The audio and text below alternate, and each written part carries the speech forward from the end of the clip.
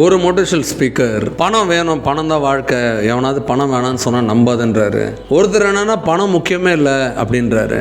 இதில் எதுனா சரி, எதுனா நான் எடுத்துக்கிறது எனக்கு குழப்பமாக இருக்கு. மார்னிங் ஒன்று சொன்னால் வேறு கருத்தாக இருக்குது, ஈவினிங் வேறு கருத்தாக இருக்குது. வாட் ஷுட் ஐ டேக் அப்படின்றது நிறைய பேருக்கு இந்த கேள்விகள் இருக்கலாம்.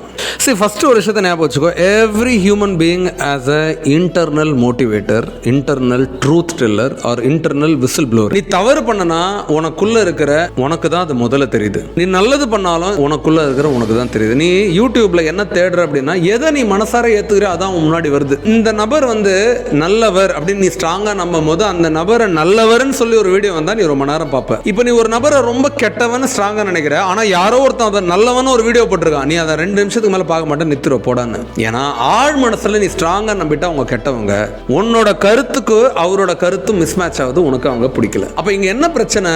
என்னோட கருத்து உனக்கு பிடிச்சாதான் உன்னால பார்க்க முடியும். ஏன் நீங்க கமெண்ட் பண்ற உனக்குள்ள இருக்கிற ஏதோ ஒண்ணு நான் சிந்திக்கிறத சரின்னு நம்புது, உன்னை ஏத்துக்க முடியுது. உன் உள்ளம் எதை அக்னாலஜ் பண்ணி ஏத்துக்குதோ அதை ஏத்துக்கோ. உன் உள்ளம் எது கூட கனெக்ட் ஆகல அதை ஏத்துக்காத.